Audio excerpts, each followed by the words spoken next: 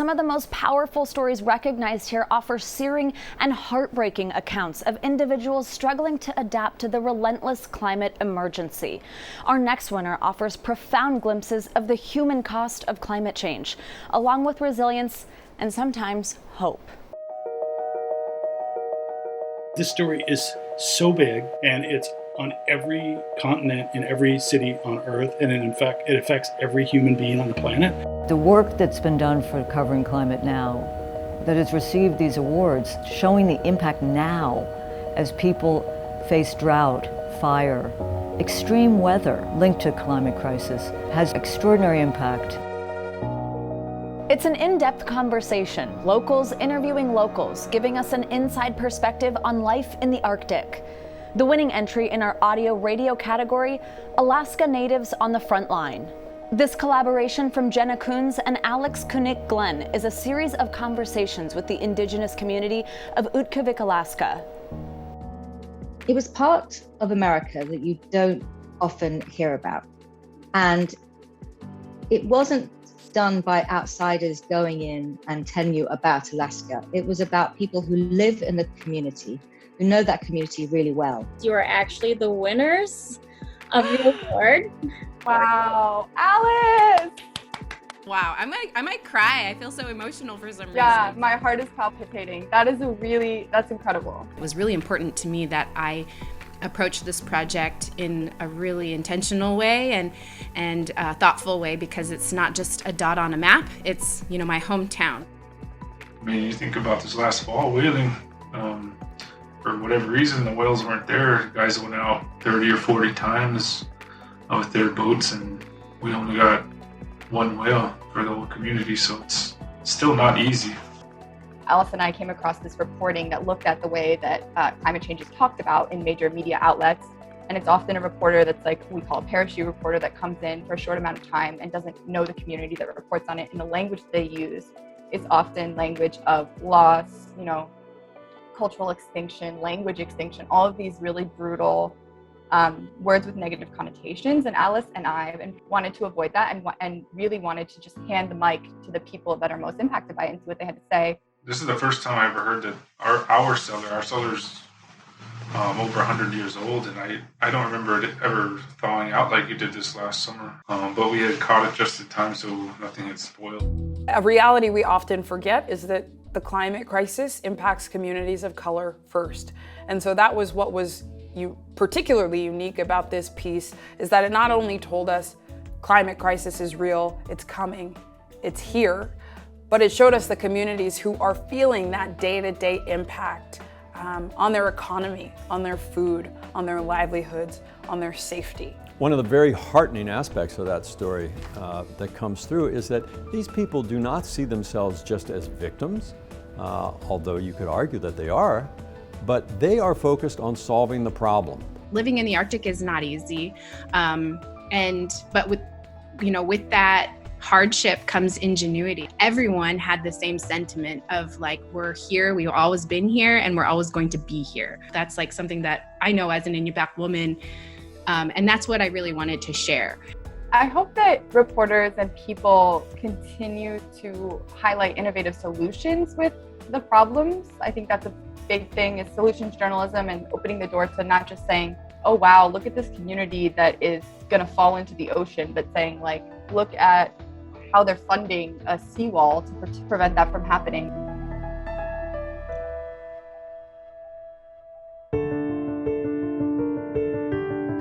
A powerful photo cuts through the noise. You empathize with the person who's in a situation very different to your own. You see what's happening in a different part of the world, what's happening in someone else's life. Things that will probably never happen to you, but they help you to understand. Taking his camera to coastal and riverside communities in Bangladesh, Zakir Chaudhry captured intimate moments of struggle and resilience, creating what our judges called individually compelling images that document the impact of rising sea levels on a community. Chaudhry's images for the New Humanitarian magazine earned him this year's award in the photography category. This is Bangladesh's Hidden Climate Costs. The entry, Bangladesh's hidden climate costs really stood out to us because it offered a first-hand look and account of the impact of rising sea levels on a specific community. Bangladesh is a vulnerable condition. Some studies say that some of Bangladeshi lowland coastal area will lose for climate change. This issue is very important for me to save my country from upcoming disaster. I think Zakir's work constantly shows the day-to-day impacts of it. It's not just about displacement. It's not just about losing your home. These impacts go on for weeks and months and years, as his photographs showed. For me, what stood out about the photos in particular was the eyes of the subjects. It really showed the shock and the pain and the reality of what they were facing. There are a couple of photos which really put you in the middle of what's going on. There's one image where there are some men in the foreground, close to the camera, who are piling up sandbags. And behind them are other men up to their waists in water. And you can see just how hard this community is having to fight in order to maintain their homes. It's heartbreaking.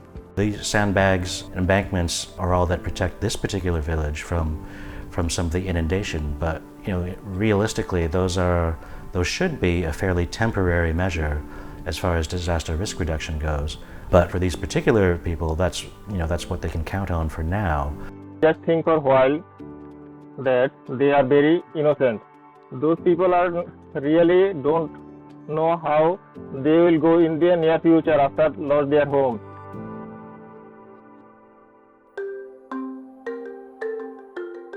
Next, a three-part series that combined data journalism with compelling storytelling.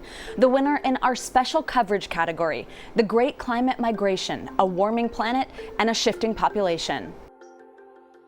This climate migration story is an outstanding investigative and data journalism piece about the local and global impact of climate warming on people. And it really gives a sense to what the world could look like tomorrow. The project was a partnership between ProPublica and the New York Times, led by reporter Abram Lusgarten. The Great Climate Migration was a phenomenal, astonishing piece of data work, but what they did so very well was to humanize, to localize, to take it to the ground level, to take it into little towns, little farms, little communities, and explain where this is happening and why these models that they created seem all very real and very likely in so many ways.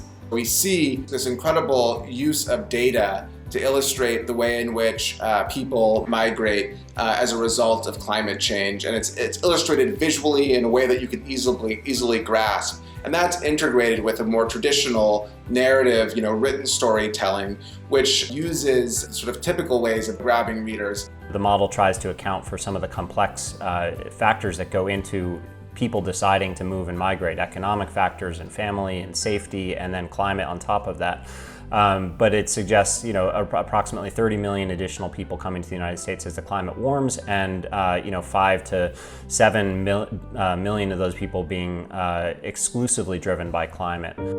Early in 2019, a year before the world shut its borders completely, Jorge knew he had to get out of Guatemala. The land was turning against him. Soon, he made a last desperate bet, signing away the tin roof hut where he lived with his wife and 3 children against a $1,500 advance in okra seed. But after the flood, the rain stopped again, and everything died. Jorge knew then that if he didn't get out of Guatemala, his family might die too. By the time the families I was talking to were thinking about moving or taking the extraordinary risk of trying to migrate to the United States or to Mexico, they were just facing sheer desperation, the real risk of starvation, the real risk of someone in their family dying, and that was just a depth of suffering in immediacy that I hadn't quite wrapped my head around at the start of my reporting. The idea also that you get this story out of Central America, and then you just have the next story in the US, and you understand that the climate change will touch everyone. I mean, even the people who feel that they are safe in their country, where they have a good way of life, they will also be impacted by the climate change. There is likely to be increasing border conflict, increasing tension between local governments, increasing changes in trade that might be unfavorable to one side or the other that again leads to new conflict. And so by the time you reach conflict, it can be hard to realize that at the beginning of that process was increasing heat and decreasing crop yields, but it's that climate factor that is amplifying the threat from the very beginning.